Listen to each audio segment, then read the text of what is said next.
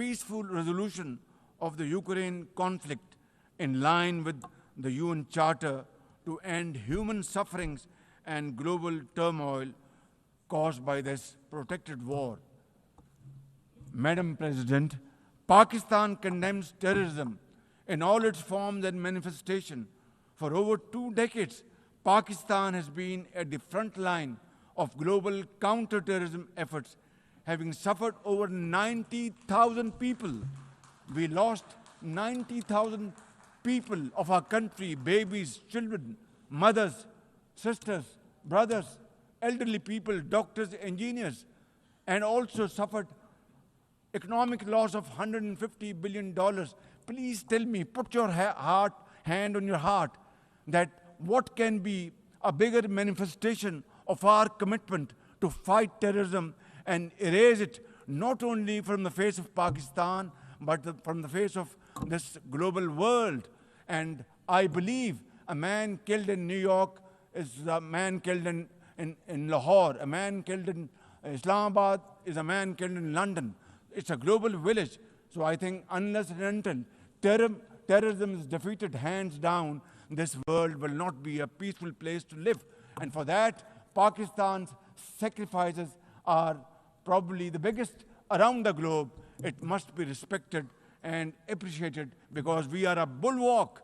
Had these terrorists not been encountered by us, they would have been roaming on the streets of New York and London and God knows Far East. So I think this is our humble contribution, not only for the people of Pakistan, but the people all over the world. Today we face externally sponsored terrorism, particularly from foreign-funded groups such as the TTP, Fitna al-Khawarij, Fitna al-Hindustan, BLA, and its Majid Brigade. Operating from Afghan soil, these groups are responsible for some of the most heinous attacks inside Pakistan, including the dastardly Jafar Express train incident earlier this year, which was, the train was hijacked and 400 people were kept for days and weeks. And mercifully, by Allah Almighty's grace, our armed forces and law enforcing agencies were able to recover them. Now, as an immediate neighbor and a brotherly country of Afghanistan, Pakistan has a direct stake in a peaceful Afghanistan. We believe that the key to development and prosperity lies in regional stability and connectivity. Pakistan continues to engage with all partners to extend humanitarian assistance, promote economic recovery, and encourage inclusive political framework in Afghanistan. The interim Afghan government must, however, uphold human rights, including women's rights. Above all, we expect that Afghan interim government to take effective action against terrorist groups and to ensure that Afghan soil is not used for terrorism against any country. Ladies and gentlemen, there must be no space for hate speech, discrimination, or violence against any person or against any religion. Hate-driven ideologies such as India's Hindutva-driven extremism pose a danger to the entire world. While there is growing recognition of the dangers posed by Islamophobia, the imperative of effectively combating this menace can hardly be overemphasized. Pakistan welcomes the appointment of a UN Special Envoy to combat this scourge. Ladies and gentlemen, while we are confronted with the climate crisis, it demands the most urgent collective action. In 2022, Pakistan faced massive floods of humongous proportions that caused huge losses amounting to $34 billion and many valuable lives lost. This year again, we are dealing with another mega flood with thousands of villages washed away from the face of the earth, millions of people displaced, more than 1,000 killed, and billions of dollars of crop, livestock, and property washed away, lost to flood waters. Our nation stands united in these testing times, and we are dealing with this natural calamity with remarkable resilience by the grace of God. I have declared a climate emergency to cope with this challenge. The catastrophic floods of 2022 and 2025 this year are glaring examples of loss and damage caused due to climate change.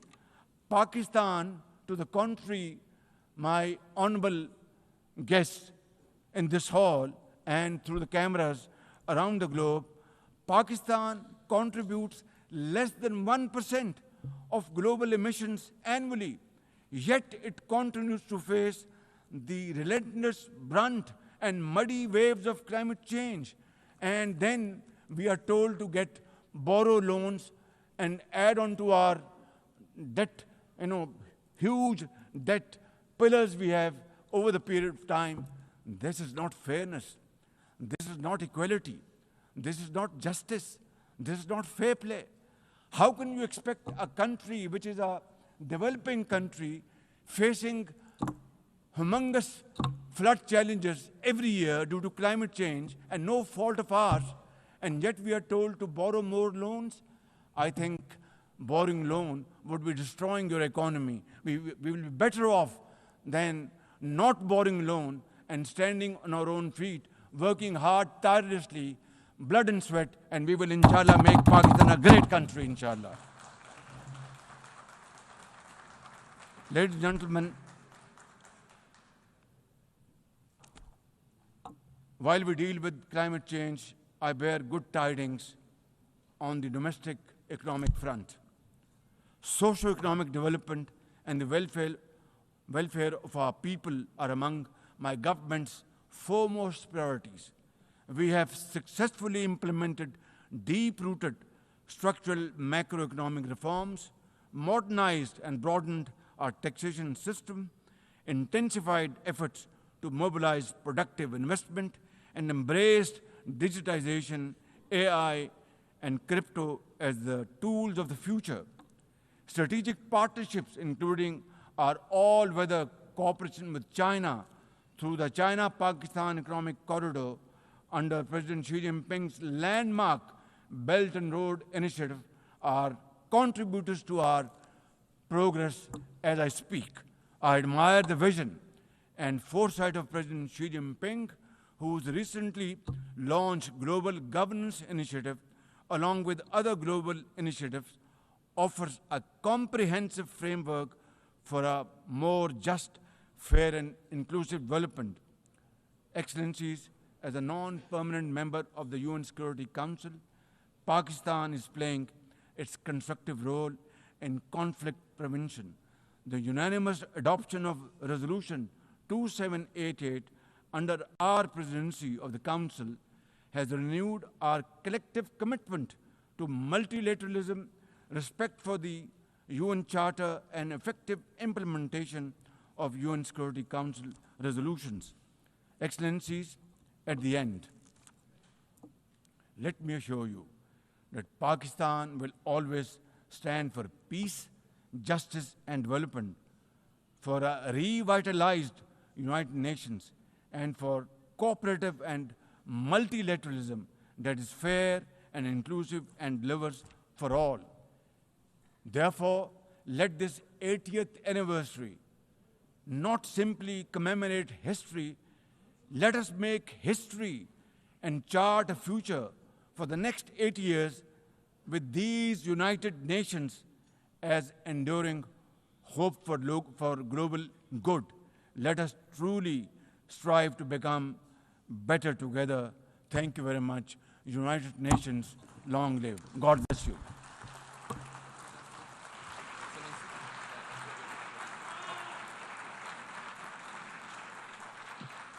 On behalf of the Assembly, I wish to thank the Prime Minister of the Islamic Republic of Pakistan.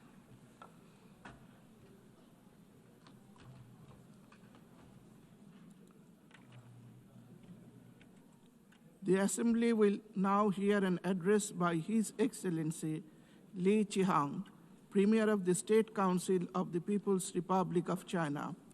I request protocol to escort His Excellency and invite him to address the Assembly.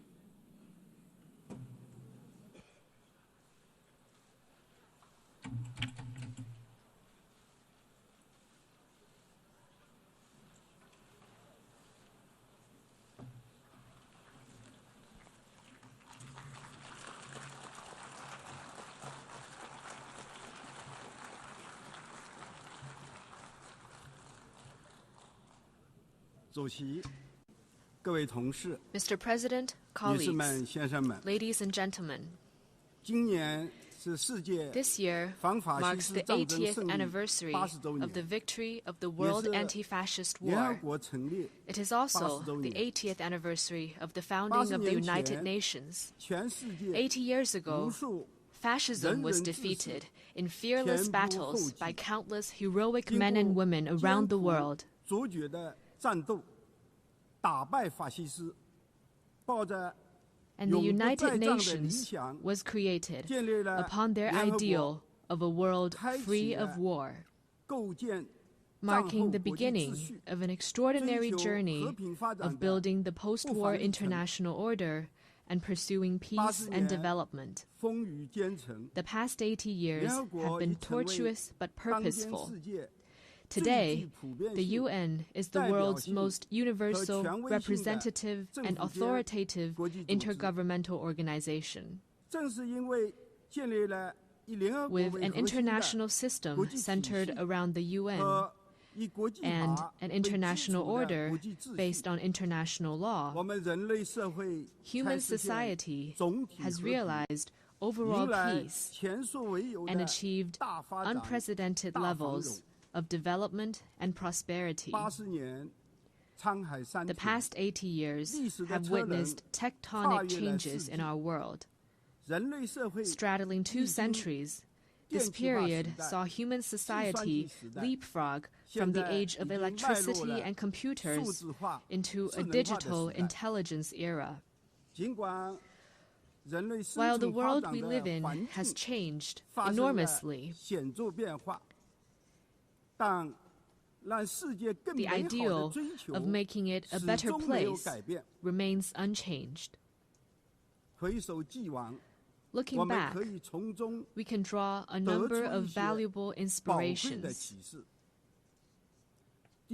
First, peace and development are the strongest aspiration shared by the people of all countries.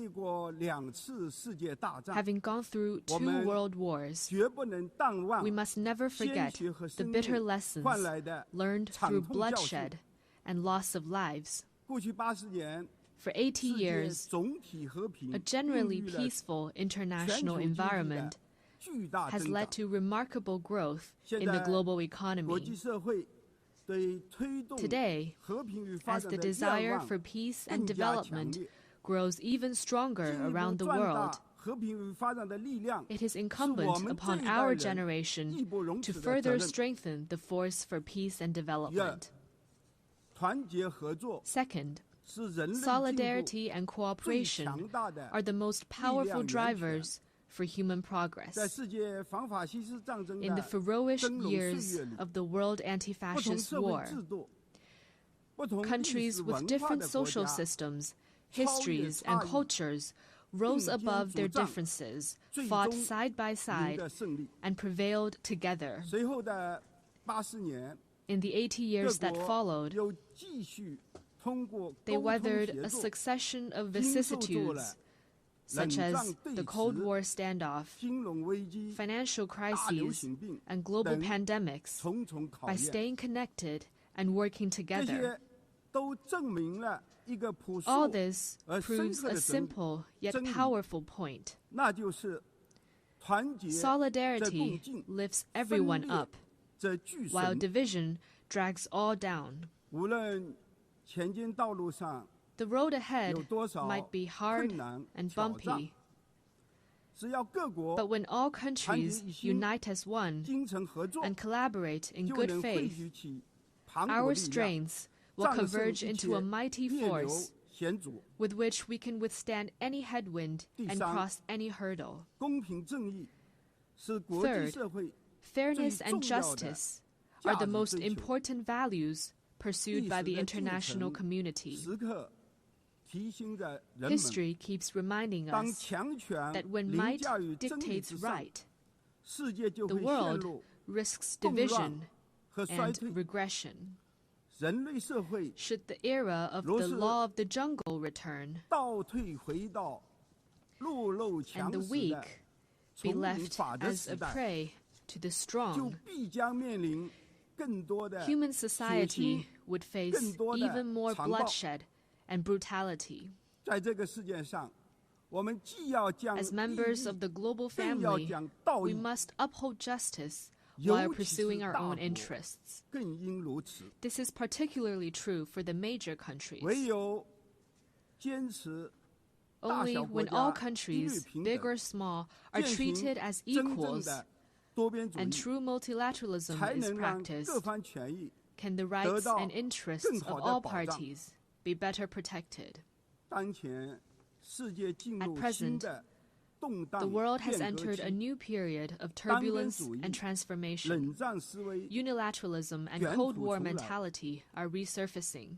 历经80年的 The 国 international 际规 rules 则 and 秩序 order built over 受 the 到 past 80严重 years 冲击， are under serious 曾经 challenge, 行之有效的国际 and the 体 once 系 effective 屡遭 international 破坏， system is constantly 引发的 disrupted.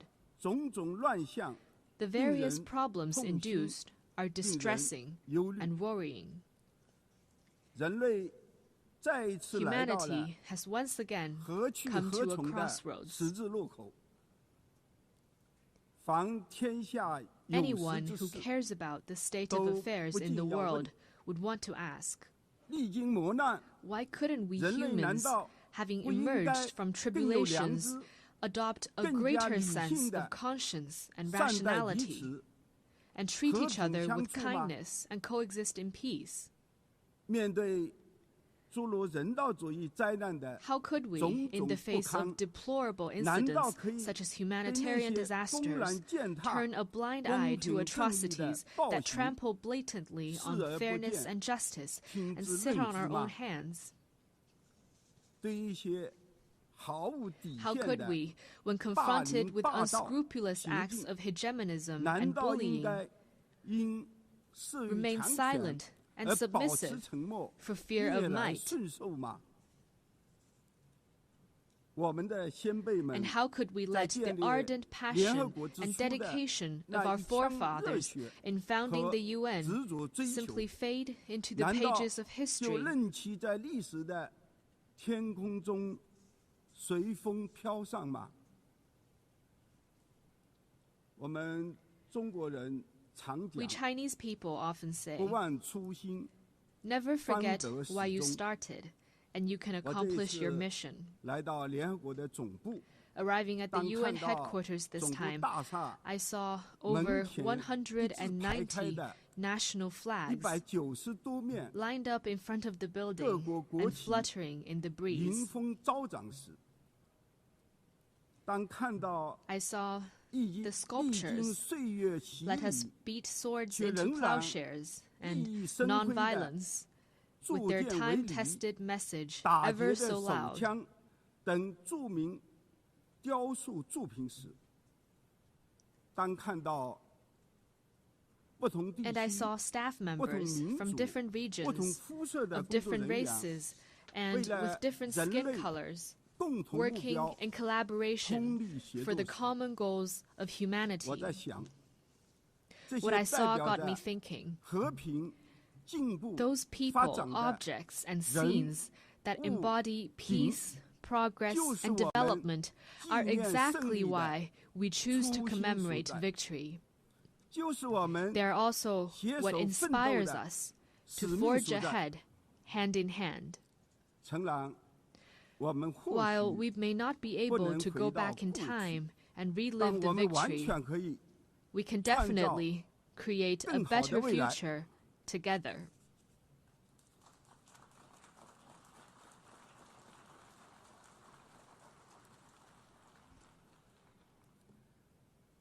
中 As a founding member of the UN, China has all along taken an active part in global affairs and worked for the betterment of humanity.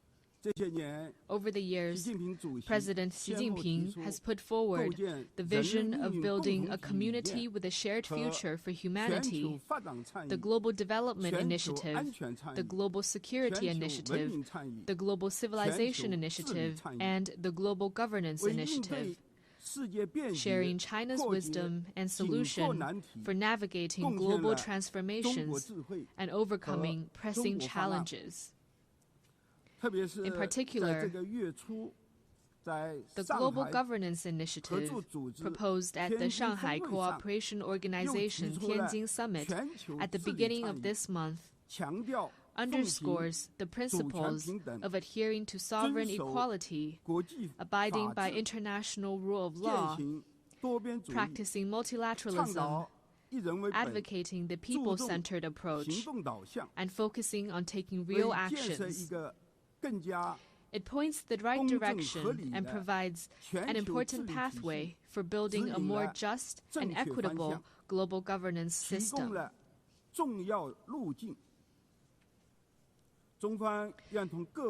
China is ready to take coordinated and effective actions together with all sides to offer more concrete solutions and promote world peace and development.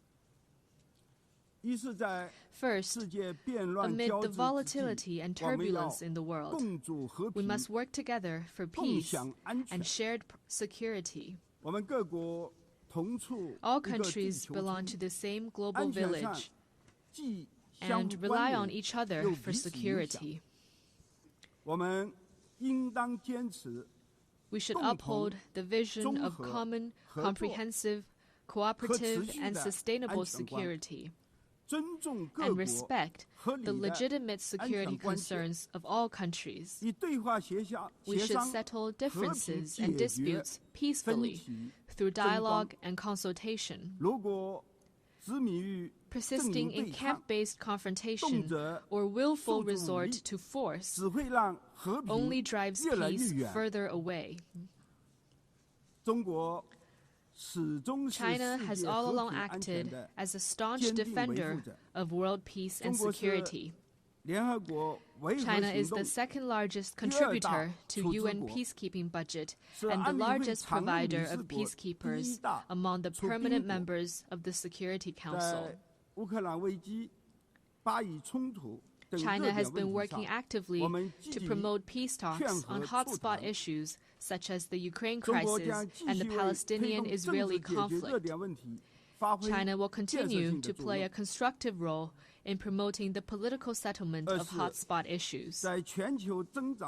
Second, amid sluggish global growth, we must reinvigorate cooperation and pursue win-win results.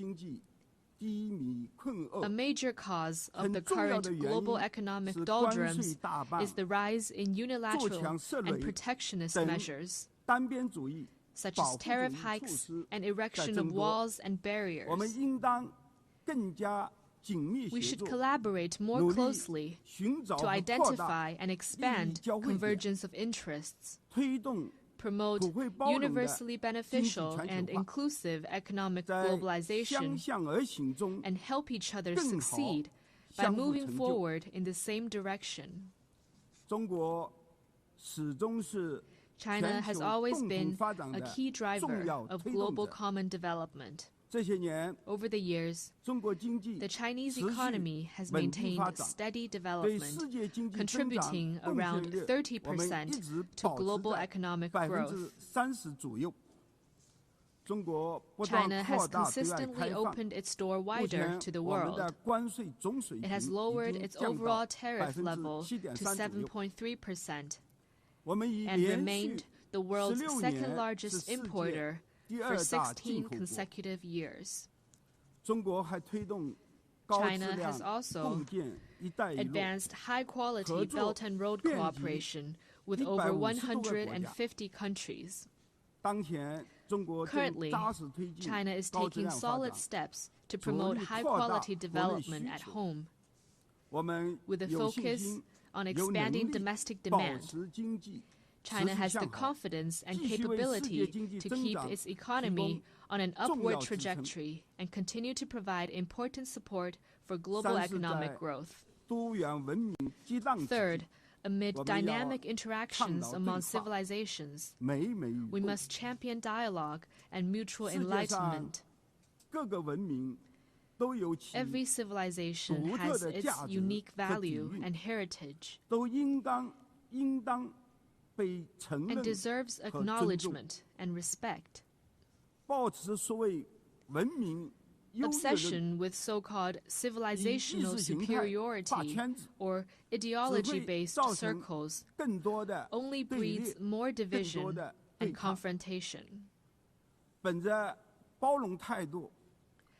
Adopting an inclusive attitude and engaging in exchange and mutual learning is a sure way to build more consensus and collective strength. China has all along engaged in active civilizational exchange and mutual learning. Over the next 5 years, China will carry out 50 development cooperation programs in the field of culture and civilization for fellow developing countries, and host 200 thematic training and seminar programs, contributing its part to inter-civilizational dialogue and the progress of civilizations. Fourth, amid emerging challenges, we must respond with concrete efforts and protect our shared home. Climate change is a major challenge confronting all of us. We should uphold the principle of common but differentiated responsibilities, promote the effective implementation of the Paris Agreement, and enhance international collaboration on the green economy. In recent years, technologies such as artificial intelligence, network communications, and biomanufacturing have advanced rapidly. Along with the benefits, they also bring potential risks. We should adhere to the principles of people-centered development, technology for good, and equitable benefits, improve relevant governance rules at a faster pace, and strengthen global governance cooperation, so that technological progress could bring real benefits to humanity in a better way. China has always been a responsible stakeholder in addressing global challenges. Committed to green and low-carbon development, China has established the world's largest and fastest-growing renewable energy system, built the most extensive and complete new energy industrial chain, and announced China's 2035 nationally determined contributions that cover all economic sectors and all greenhouse gases. China has proposed the Global AI Governance Initiative and advocated the establishment of a World AI Cooperation Organization. This time during the 80th session, China will present to the UN the lunar soil samples collected by Chang'e 6 from the far side of the moon.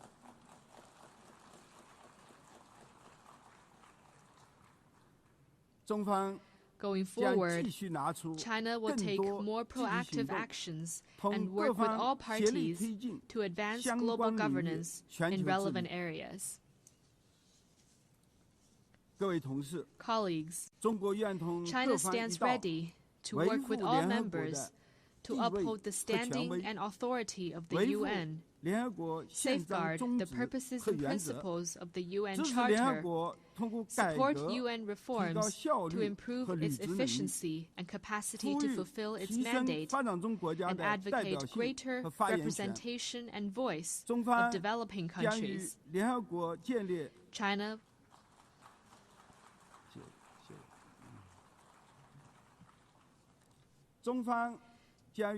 will work with the UN to set up a China-UN Global South-South Development Facility and provided with $10 million in budgetary support.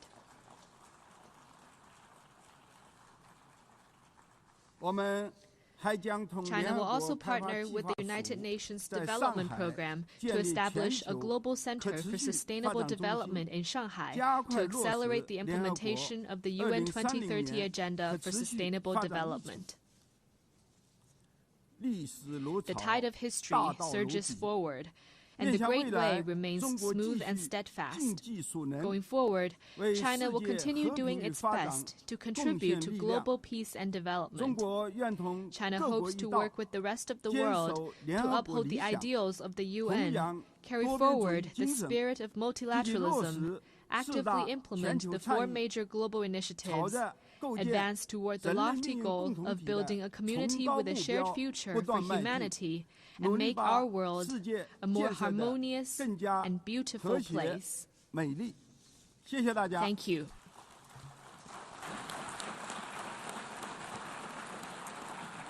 On behalf of the Assembly, I wish to thank the Premier of the State Council of the People's Republic of China.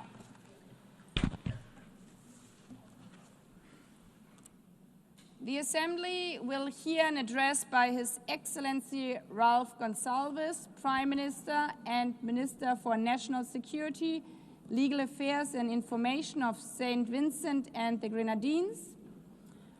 I request protocol to escort His Excellency and invite him to address the Assembly.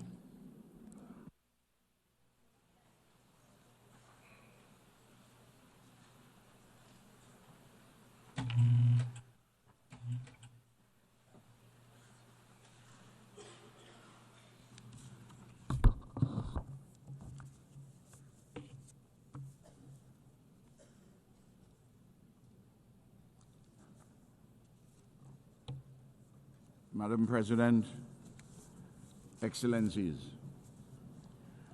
the condition of today's world is more complicated, more dangerous than ever, more uneven in its human development, more integrated, yet more disparate and desperate.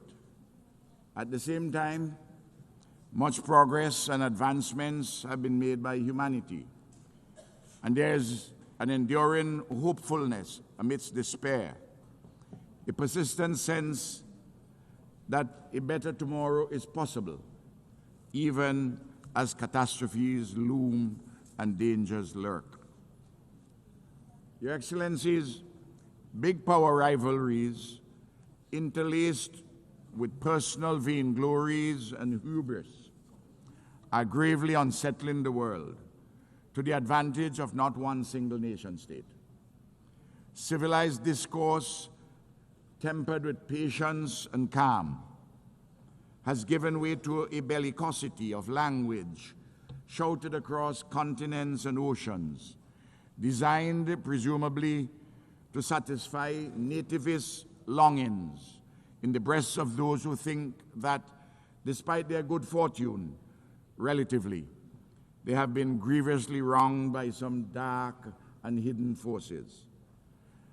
Can none of these persons pause and reflect upon the question posed and answered by all the world's great religions, but in particular through the words of the Hebrew prophet Micah?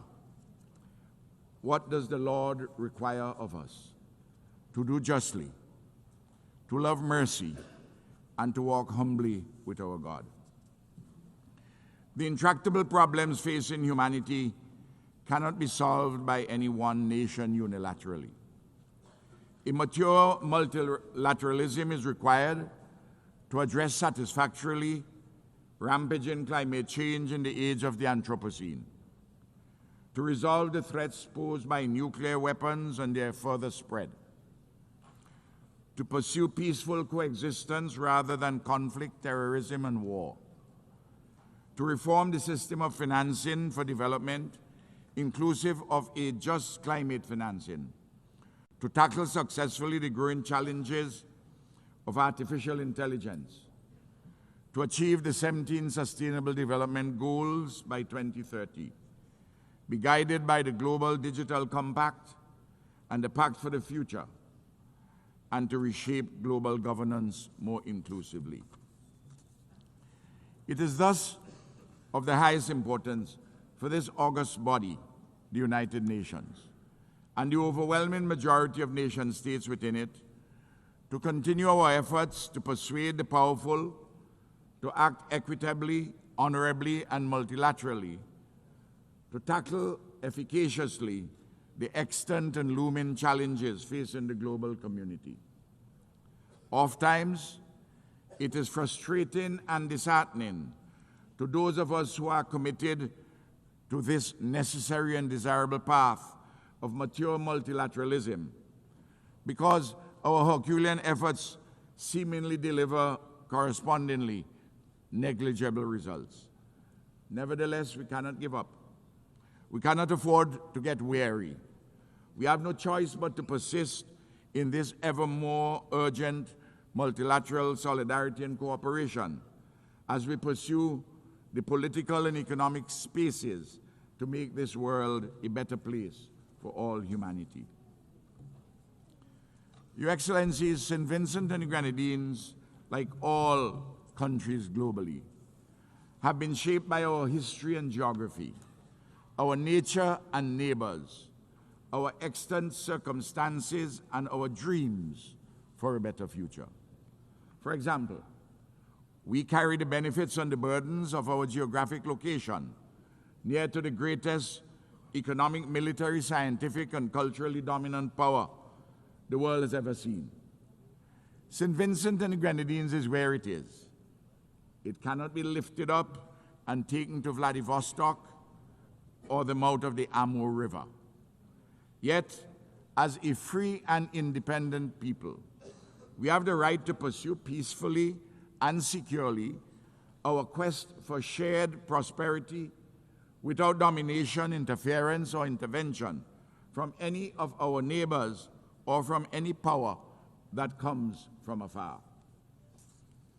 Today, as I speak, my government and my people have another challenge: from the nefarious activities of the agents of a rising or risen hegemon from another hemisphere, and from some greedy, unprincipled, non-state operators in Europe, acting in concert, seeking to pollute and interfere in our democracy, our free and fair elections, which are scheduled to be held later this year.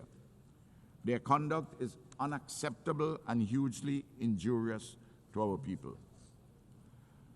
Your Excellencies, the raging genocide and neocolonial oppression being committed against the Palestinian people in Gaza and the West Bank before our very eyes on global television and are continuing affronts to the elemental rights of the Palestinians, to civilized conduct, and to international law. How can one state, a member of this august body, act with such impunity against defenseless men, women, and children? Surely, the hottest part of hell is reserved for those perpetrators of genocide and those who are complicit in it. Over 200 years ago, the British committed large-scale genocide against the indigenous people of my country. And we are still suffering, enduring the historical legacies of underdevelopment therefrom. Similarly, the genocidal enslavement of African bodies in our Caribbean, in our hemisphere. It will take centuries for the pain, suffering, and legacies of the current genocide of the Palestinians to be repaired. We in the Caribbean are today demanding justly reparations for native genocide and the enslavement of African bodies, which occurred centuries ago. This tragedy, this madness that has been unfolding unabated in Palestine must stop.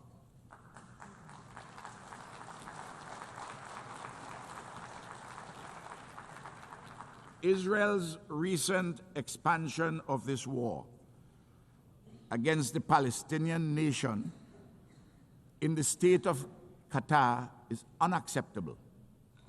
We stand in solidarity with Qatar.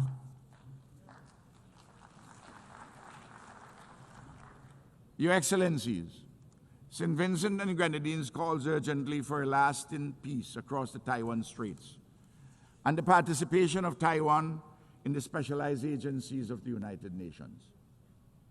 It is a continuing absurdity that this country of 23 million people, a functioning democracy with a settled yearning for self-determination, a legitimate institutional expression of the Chinese civilization, with first world living standards, a land of peace and ingenuity, cannot be properly accommodated in the global bodies concerned with health, climate change, civil aviation, policing, and so forth.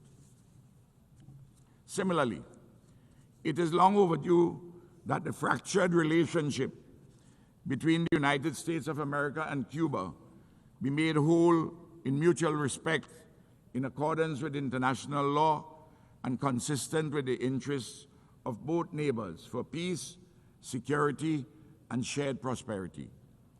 St. Vincent and the Grenadines implores the great American nation, and it is a great nation, to listen and act upon the near unanimous advice of this General Assembly, which has repeatedly called for an end to the oppressive, unlawful embargo against Cuba. I am calling for a mature conversation between the United States of America and Cuba.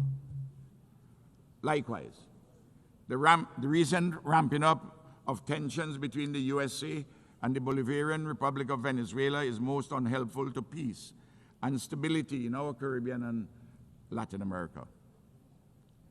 St. Vincent and the Grenadines calls for the scaling back of actions and rhetoric which are so inimical to cordial neighborly relations. In particular, we find the foreign militarization of the waters around Venezuela exceedingly troubling. Repeatedly, the countries of the Caribbean and Latin America have unanimously declared our area a zone of peace. We urge our American friends to abide by this declaration. By all means, let us cooperate in combating drug trafficking and allied transnational criminal activities. But a unilateral militarization is decidedly not the way to go. Also, again, I'm imploring my American and Venezuelan friends to sit down maturely and talk through these problems so that we can have a resolution.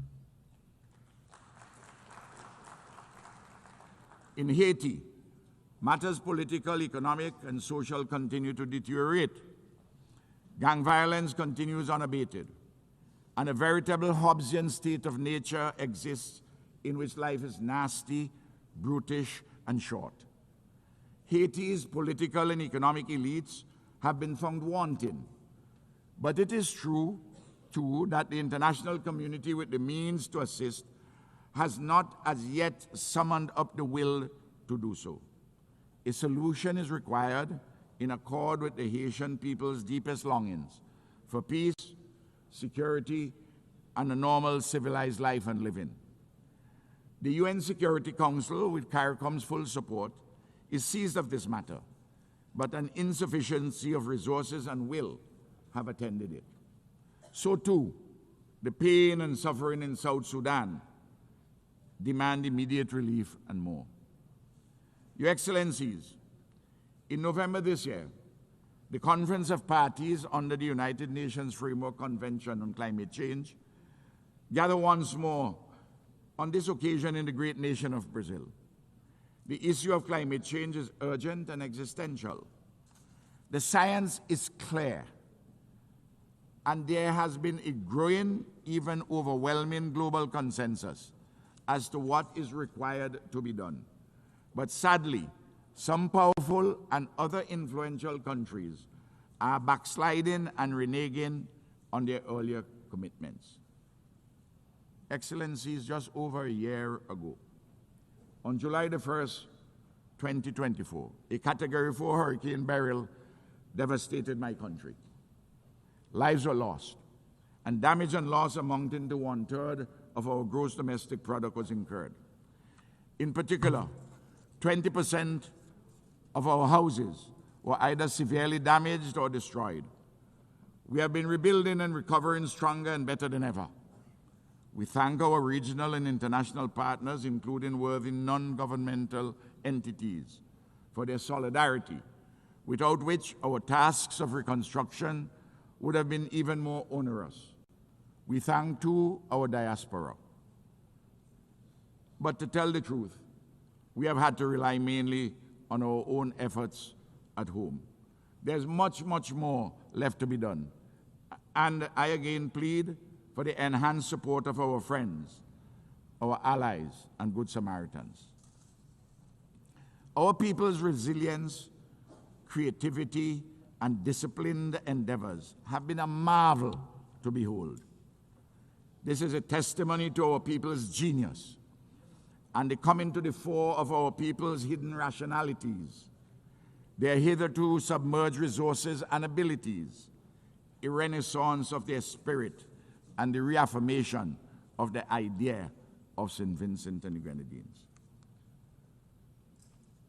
Madam President, I conclude with 5 reaffirmations for those from the dominant metropoles of the West and the East who may possess the good sense to listen to some friendly advice from a spokesperson from the periphery. First, do not think ever that our mouths would be muzzled by the food that we eat to live. Secondly, know it well that while some sleep to dream, the rest of us dream to change the world for the better. Thirdly, we have a voice, and this voice will never be stilled. Fourthly, we are not better than anyone, and no one is better than us. And finally, we too have a history of civilized life and living with a trajectory for further advancement and ennoblement. We are not appendages of any other nation. We are a free and independent people made in the image and likeness of God. We are the embodiment of the idea of St. Vincent and Grenadines. We are friends of all, and we strive for a better world. We are a small nation, demonstrably like other small nations, capable of mighty deeds. Excellencies, we are small states, but we have an important role to play in global affairs to the betterment of all. Imperial giants and hegemons, whether from the West or the East, must not hold us back. Together, we have an obligation not to desecrate our future. Thank you. I'm obliged.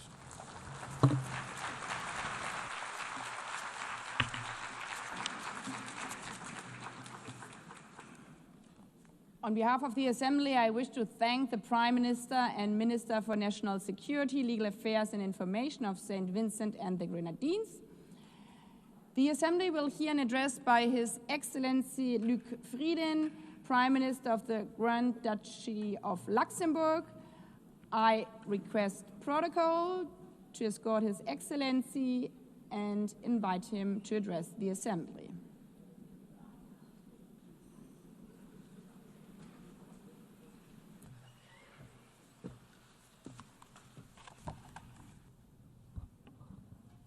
Madam President, Secretary General, the Second World War was the deadliest conflict in history. It took the combined efforts of 50 nations to resist the Axis powers and end their seemingly unstoppable campaign of conquest and subjugation. But in the course of their struggle, Allied countries, including my own, found a second even bigger purpose.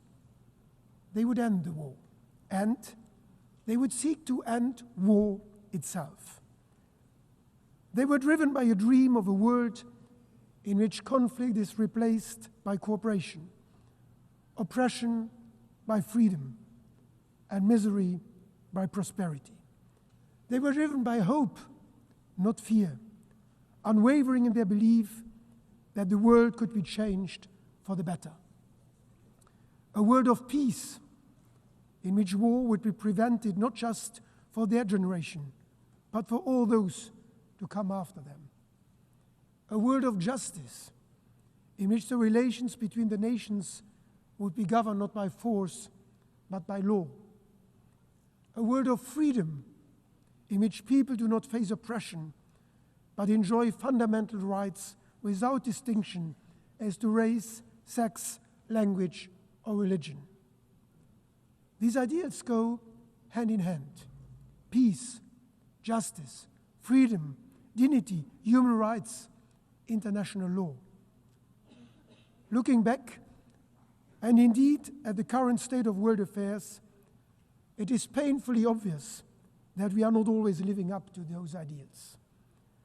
The last few years have seen an unprecedented erosion of international norms and violations of humanitarian law. The international order is at a breaking point. Too few defend it. Too many have lost faith in it. For Luxembourg, the United Nations still represents the highest of mankind's ambitions. As much as the United Nations represents these ideals, it represents a different method, a paradigm shift in the way countries deal with each other and their common challenges. Words, not weapons. Diplomacy, not warfare. Solidarity, not confrontation. The establishment of the United Nations 8 years ago was not the end of the journey to peace. It was the beginning. That journey must be made anew every single day. One that Luxembourg will always be ready to pursue. That journey of dialogue and cooperation, together with all others willing to work for peace. Because war, with all its horrible results, is nothing but the final expression of that radical unwillingness to compromise at the root of all human conflict, that stubborn refusal to even listen to the other side. It is this uncompromising spirit that starts wars, creates divisions, and hinders progress, leaving all of us worse off. The United Nations, however, represents the opposite spirit.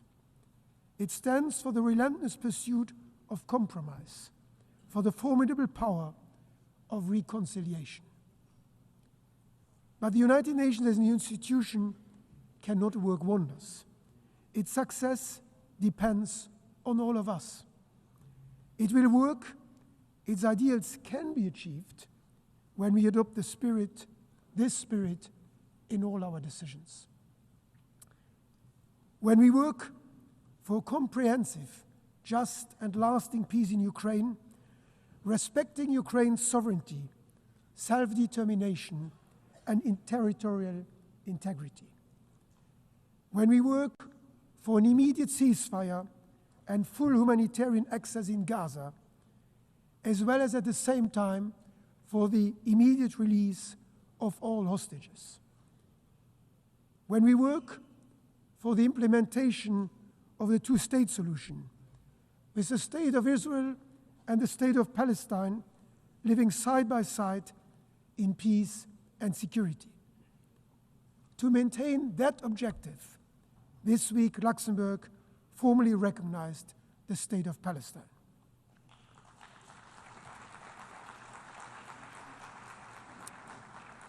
When we work to ensure equal rights, to educate all children, to eradicate hunger and disease, and to protect our cultural heritage.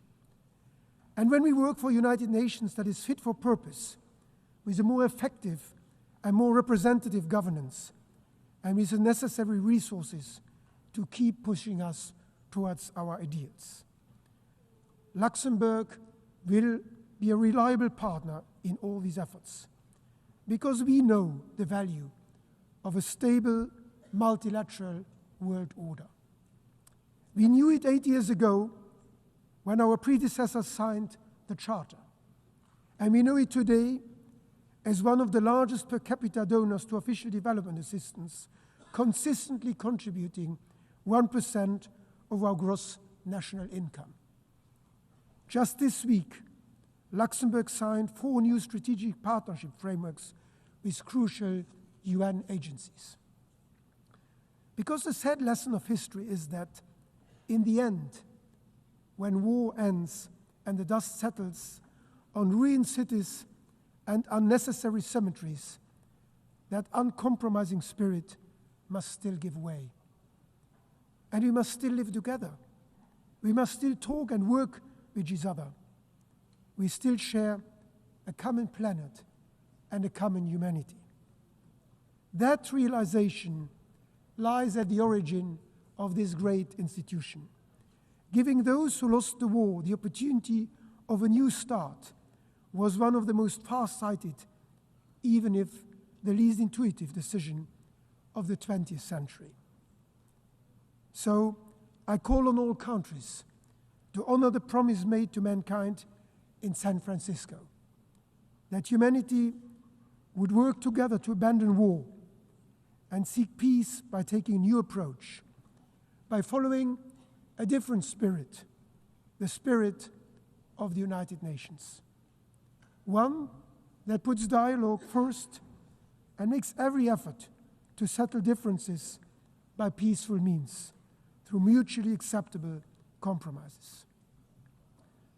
Let's do it to honor those working here and across the world in the interest of all of humanity, for food security, for refugee protection, for global health, for our environment. Let's do it to honor those generations before us who built this institution, giving us the opportunity to turn their legacy of hope into reality. And above all, let's do it to honor the generations yet to come, who have every right to expect growing up in a world of peace, freedom, and prosperity. Let's recall this spirit today, and let's remember it every day. Every day is a new opportunity to match our words with action, because ultimately, history will judge us by what we do. The United Nations can continue to count on Luxembourg in word and in deed. Thank you.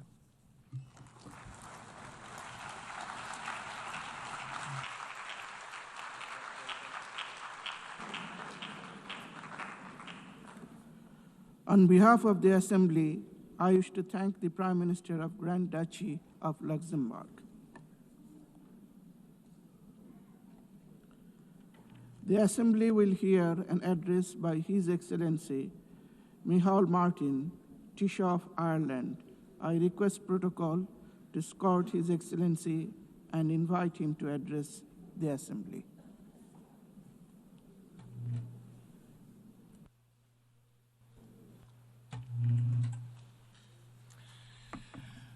President of the General Assembly, distinguished heads of state and government, Secretary General, Excellencies, friends. It is important to remember what brings us together every year. 80 years ago, the world was emerging from the most savage conflict in our history. 80 million people lay dead. A deliberate industrial-scale genocide aimed at obliterating Europe's Jewish population saw 6 million people murdered, a monstrous crime that remains unsurpassed in human history. People were targeted for death because of their ethnic identity, their sexual orientation, their disability. Cities were laid waste, throttled by siege, firebombed into oblivion, or pulverized by the first and only use of atomic weapons in war. Humanity had descended into the abyss. This United Nations was the phoenix that rose from that darkness, the highest expression of our commitment to unite our strength to maintain international peace and security. It was the best attempt by those who had seen the worst of humanity to offer a different path to future generations. Dag Hammarskjöld, UN Secretary General in the 1950s, captured the reality of that vision best when he stated, "The United Nations was not created to take mankind to heaven, but to save humanity from hell." Since Ireland joined in 1955, the United Nations has been the cornerstone of our foreign policy. There is no member state more committed to its ideals. There is no member state more determined to ensure it succeeds in its mission. And like all member states, we depend on the UN Charter and the protections of international law for our security and well-being. At a time when the world risks slipping back into an order in which might is right and some voices count more than others, it is up to us as leaders to reassert and to insist on the primacy of international cooperation. President, the Universal Declaration of Human Rights states that the recognition of the inherent dignity and of the equal and inalienable rights of all members of the human family is the foundation of freedom, justice, and peace in the world. I am deeply concerned by the constant pushback on human rights norms that has accelerated in recent years, against women's rights and gender equality, against LGBTQ+ rights. I call out the brutal Taliban for their denial of the most fundamental rights of Afghanistan's women and girls.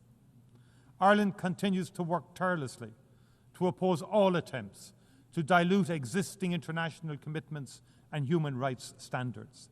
We reaffirm our commitment to honour and comply with the universal nature and the individuality of human rights. To demonstrate that commitment, we will run for a seat on the Human Rights Council from 2027 to 2029. President, conflict is always and everywhere a sign of human failure. Conflict destroys lives. It devastates economic development. It leaves scars and divisions that take generations to heal. We in Ireland know that from experience. On Friday of last week, the Irish and British governments agreed a new framework for addressing the legacy of the conflict in Northern Ireland. The Good Friday Agreement would not have been possible without the support and engagement of the international community, and we are ready to offer the same to others. The Irish people are enormously proud of our 67 years of continuous UN peacekeeping, especially our engagement with UNIFIL and close connection to Lebanon. We remember the members of our defence forces who paid the ultimate price.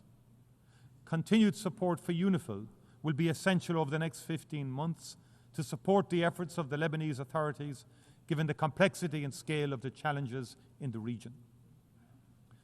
President, in Sudan, a grave humanitarian catastrophe is unfolding. It is more than 2 years since war broke out, and it has unleashed the most unimaginable human suffering on the civilian population. More than 150,000 people are already dead. 12 million people displaced.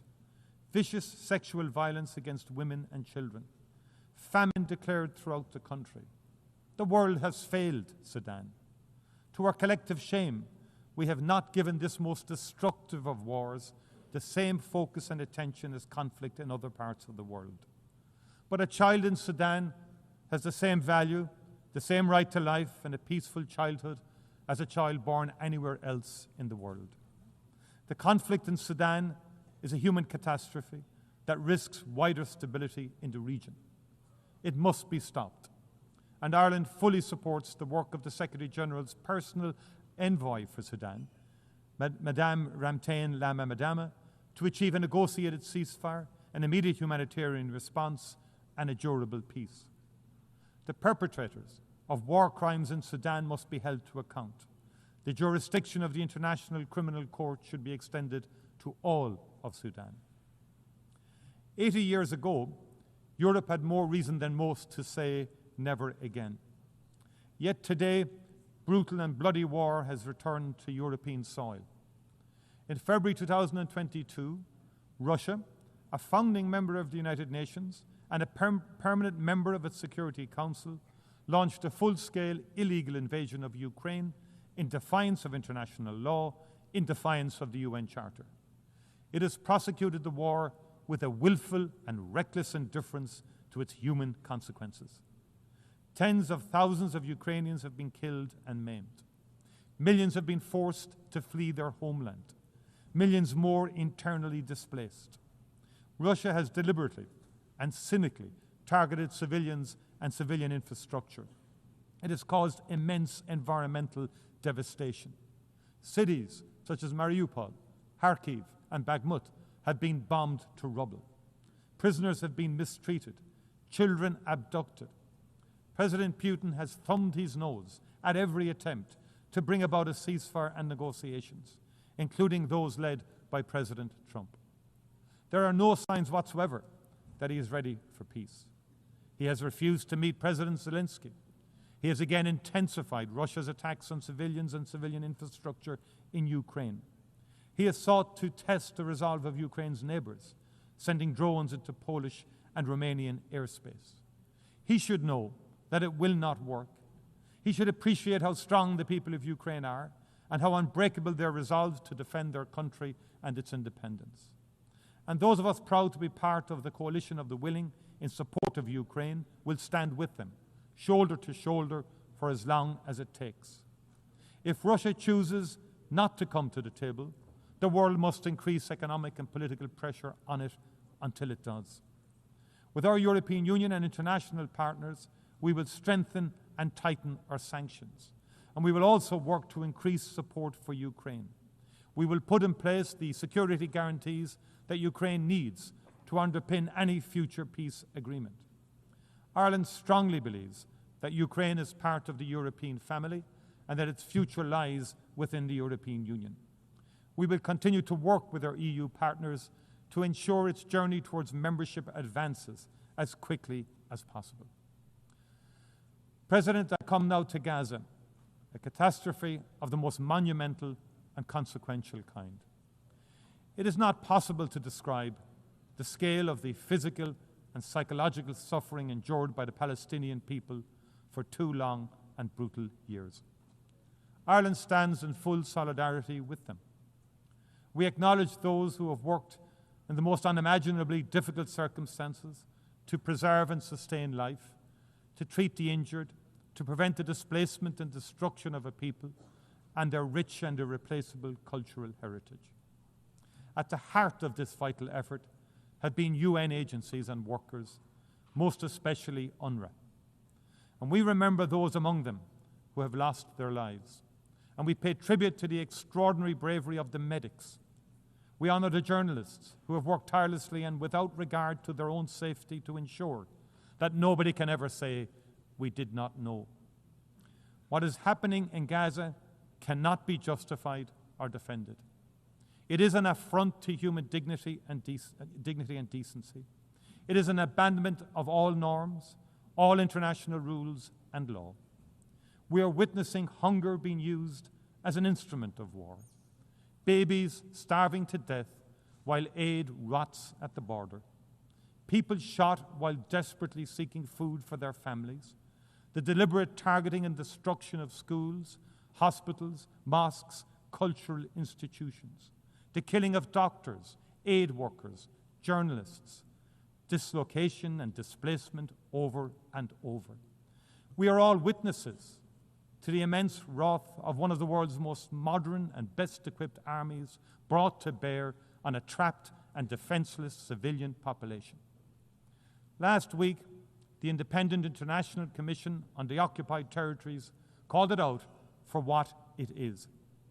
Having examined carefully Israel's conduct of the war since 2023, as well as the actions and statements of senior Israeli military and political figures, it concluded that Israel is responsible for the commission of genocide in Gaza.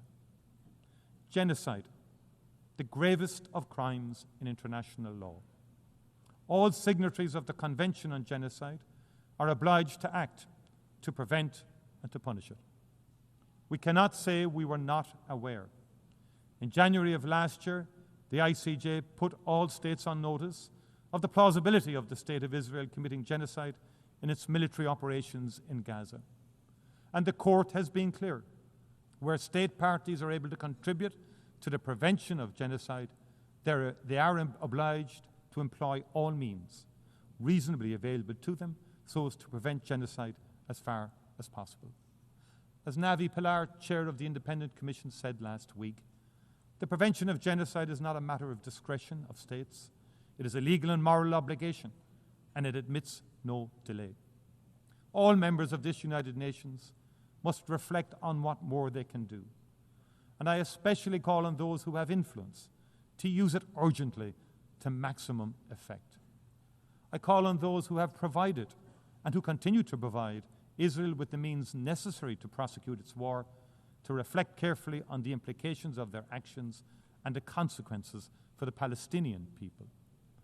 There cannot be business as usual in the face of genocide. As Navi Pilar has made clear, to do nothing is not neutrality, it is complicity. Ireland has intervened in the South African case at the ICJ. We have recognized the state of Palestine.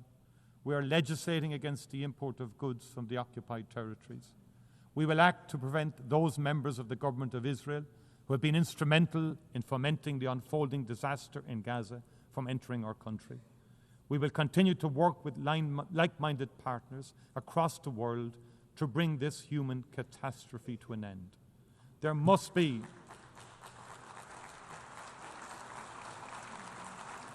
an immediate ceasefire, the release of all remaining hostages, and unimpeded access for humanitarian and aid workers to Gaza. Those responsible for war crimes must be held accountable. There can be no impunity. We also need to hold to account those responsible for the attack on Israel of the 7th of October 2023. That too was a monstrous war crime. I appreciate the profound and continuing impact the trauma has had on the people of Israel. Hamas, not the Palestinian people, were responsible. Hamas must answer for its crimes. Hamas can have no role in the future governance in Palestine. But no crime, however heinous, can justify genocide. We also need to recognize the crimes being perpetrated in the West Bank. The scale and pace of appropriation of Palestinian land by illegal Israeli settlers. The open backing this receives from the Israeli government. The harassment, imprisonment, and abuse of the Palestinian population. The withholding of tax revenues from the Palestinian Authority. It must not be allowed to continue. In its advisory opinion published in July 2024, the ICJ was clear that all states are under an obligation not to recognize as legal the situation arising from the unlawful presence of the State of Israel in the occupied Palestinian territory and not to render aid or assistance in maintaining the Palestinian territory. The world knows what drives this illegal activity is a determination to render the possibility of a two-state solution impossible. It must not succeed. A two-state solution remains the only prospect for a peaceful future in which the people of Israel and the people of Palestine can live in peace and security side by side. I welcome the decision to recognize the state of Palestine taken by France, Belgium, Luxembourg, the United Kingdom, Canada, Australia, and others. I commend France and Saudi Arabia for the leadership they are providing in working towards a political process that can deliver a just, lasting peace and security in the region. They have my full support. President, as it marks its 80th anniversary, the United Nations has never been more necessary. Today's challenges are ever more complex and ever more interconnected. They cannot be solved by any country or region acting alone. The threat to the future of our planet and the wonder of its biodiversity, the need for development, leaving nobody behind, the health and well-being of our people, the protection of our shared cultural heritage in all its magnificent diversity, the stability of our economies and our ability to trade fairly, the immense opportunity of the digital revolution, but also the potential consequences for our shared humanity. The United Nations is not perfect, and it needs to reform to reflect a very different world. I pay warm tribute to the role that Antonio Guterres has played as Secretary General during his term in office in that regard. The UN continues to represent the best of humanity. If it falters, it is not because it is no longer relevant, it is because we as leaders have let it down. Let this be remembered as a time when we reaffirmed our commitment to multilateralism, to the rule of law, to a reformed United Nations fit for purpose and for the future. As we did in the Charter, let us seek to save this and future generations from war. Let us reaffirm our faith in fundamental human rights, the dignity and worth of each human person. Let us work to establish conditions in which justice and respect for international law can be maintained. And as we pledged in the Charter, let us never cease to promote social progress and better standards of life for all in ever larger freedom. Thank you very, very much indeed. Thank you.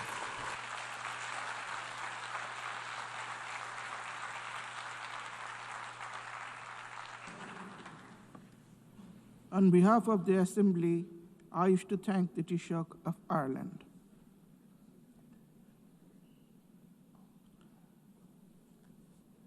The Assembly will now hear an address by His Excellency Muhammad Yunus, Chief Advisor of the Interim Government of the People's Republic of Bangladesh. I request protocol to please escort His Excellency and invite him to address the Assembly.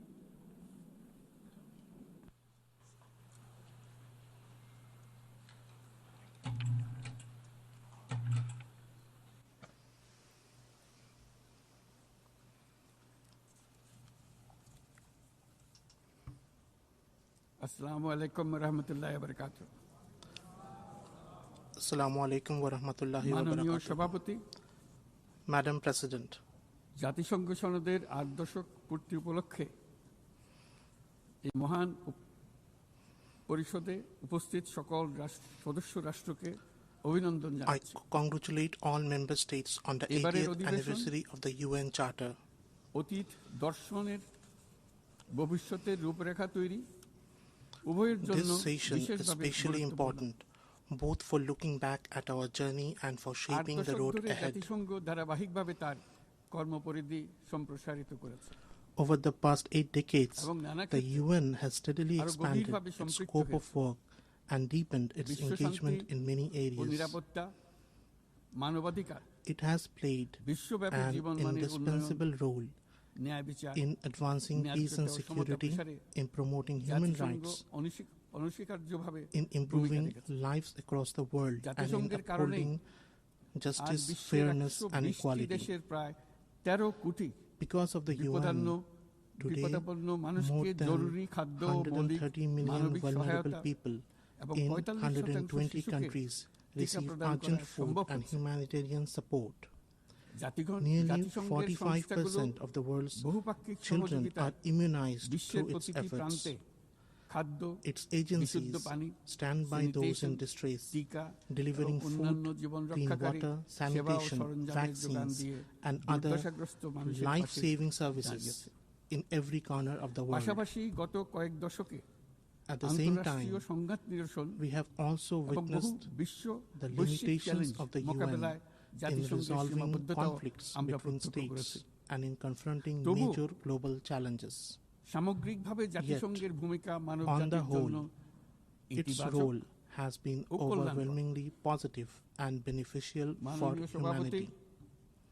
গত বছর Madam President, আপনাদের এই মহান সভায় last year আমি দাঁড়িয়েছিলাম in this August সদ্য assembly, গণঅভ্যুত্থান সংগঠিত একটি দেশের I spoke to you from a রূপান্তরের country আকাঙ্ক্ষা that had just আপনাদের witnessed a popular শোনানোর জন্য। uprising. আজ এই রূপান্তরের অগ্রযাত্রায় আমরা I কতটুকু shared অগ্রসর with হতে you our পেরেছি aspirations for transformation. Today, I stand here পৃথিবীর to প্রতি tell ১০ you জনের মধ্যে how far we have come on ৩ that জনের journey. নিবাস